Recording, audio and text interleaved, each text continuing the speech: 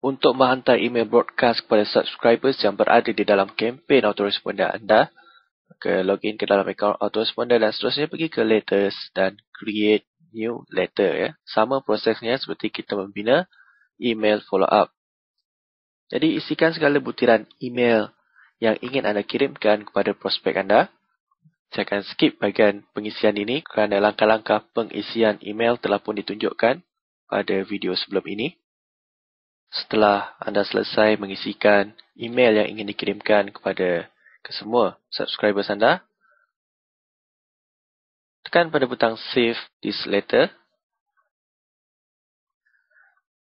Dan kemudian setelah selesai, pergi pula kepada tab Subscribers dan kemudian klik pada Manage Subscribers.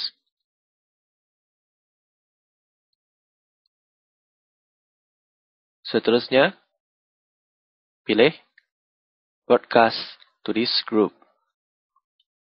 Dan kemudian, anda perlu memilih email yang telah anda cipta. Dalam contoh ini adalah email broadcast. Dan anda juga boleh memilih bilakah email ini ingin dikirimkan.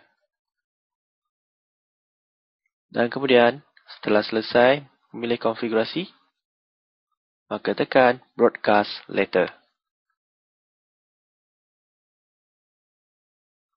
Dan anda akan mendapat notifikasi tentang broadcast anda telah pun dijadualkan. Untuk makluman anda, perbezaan di antara broadcast dan email follow-up adalah email follow-up digunakan untuk melakukan follow-up terhadap prospek anda secara berkala ataupun secara berjadual mengikut tarikh pendaftaran mereka ke dalam kempen ini. Sebaliknya, untuk email broadcast pula, ianya adalah satu fungsi di mana anda boleh menghantar email kepada kesemua subscribers anda yang berada di dalam kempen yang anda pilih ini tanpa mengira tarikh pendaftaran mereka.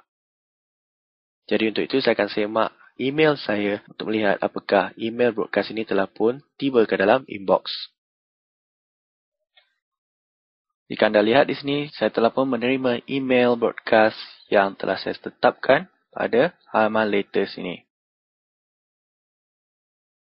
Ini berarti sistem autoresponder Traffic Wave ini telah berjaya mengirimkan email broadcast kepada subscribers yang telah mendaftar ke dalam kempen yang telah dibina. Pada video yang seterusnya, saya akan terangkan secara ringkas tentang bagaimana untuk anda melihat ataupun menguruskan subscribers anda.